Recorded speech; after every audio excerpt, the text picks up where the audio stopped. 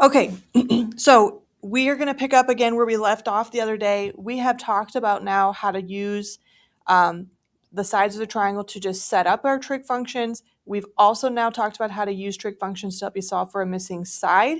Now I'm going to go over how do you find a missing angle using those trig functions. So this is going to be a little bit different in how we type it into our calculator, but how we set these up is going to work very similarly to what we've done in the past.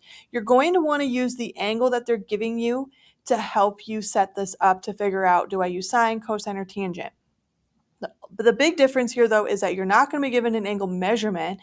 They're going to have that symbol theta provided for you in the corner of the triangle, and that's what you're going to have to use to figure out what trig function do you use. Okay, so let's just take a look at this first one here. Theta is kind of in that bottom corner there, and my sides that I have are 13 and 34.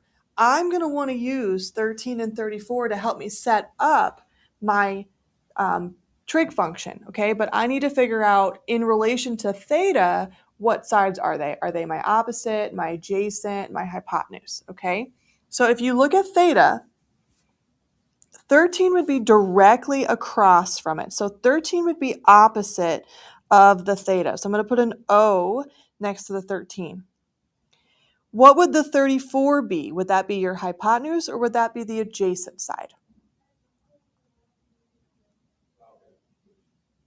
Good, that would be adjacent, okay? Because remember, across from the right angle would be your hypotenuse, and that's not where we're at.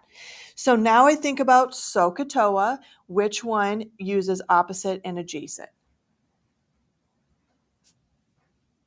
Good, tangent does. Okay, so now let's figure out how we're going to write this out. We don't know what the angle is. Like, yesterday when we set these up, we were doing like tan of 13 degrees or tan of 25 degrees, okay?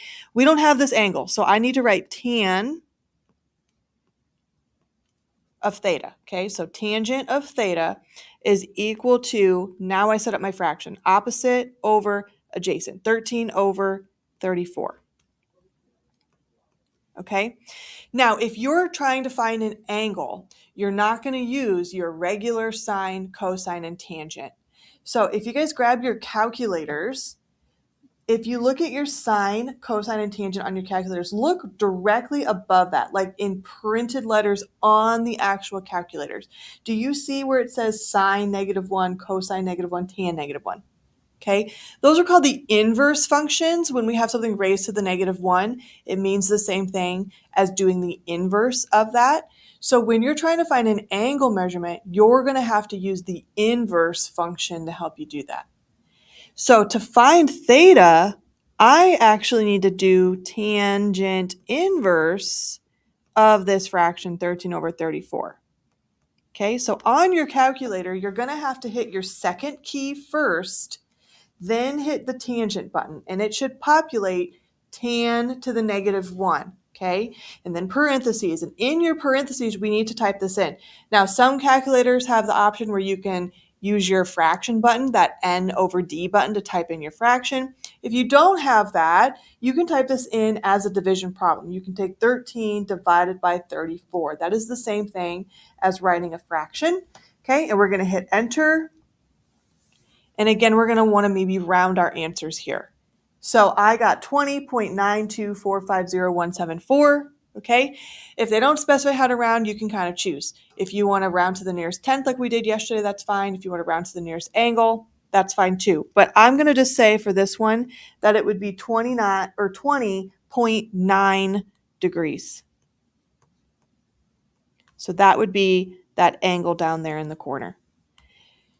So the process for setting it up is the exact same. You have to figure out what sides do you have, opposite, adjacent, hypotenuse. But when you go to your calculator, you're not going to be using your regular sine, cosine, and tangent buttons anymore. Now you're going to be using the inverse buttons, okay? So we've done one together, and I know we've only just talked about this, but I think you guys are getting the hang of how to set up these fractions. What I would like you to try to do is B and C here on your own. Okay, so I'm going to give you a couple of minutes. I want you to work through both of those and see if you can figure out how much the missing angle is.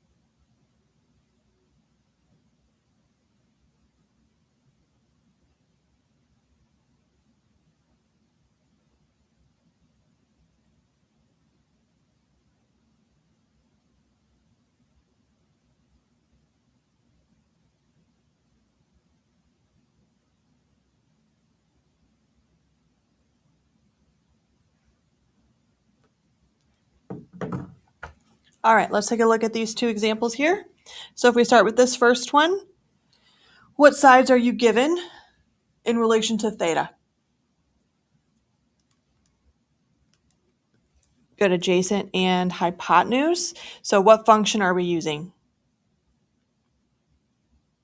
Cosine. So we would do cosine theta equals 25 over 32. Okay, and then again, you have to use your inverse. So you should have done cosine inverse, cosine -1, and then typed in that 25 over 32 or typed it in as a division problem. And what'd you guys find for theta here? Good, 38.6 degrees. If we're rounding it like we did the last one, let's just keep it consistent here. Good. How about for C? What sides are you given? Okay, opposite and hypotenuse. Good. So then if we set this one up, it would be what function? Good, sine. Okay. And then once again, you would do the inverse function.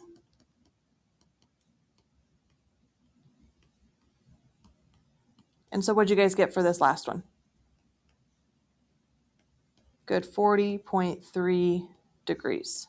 Very good. All right, any questions on solving for an angle?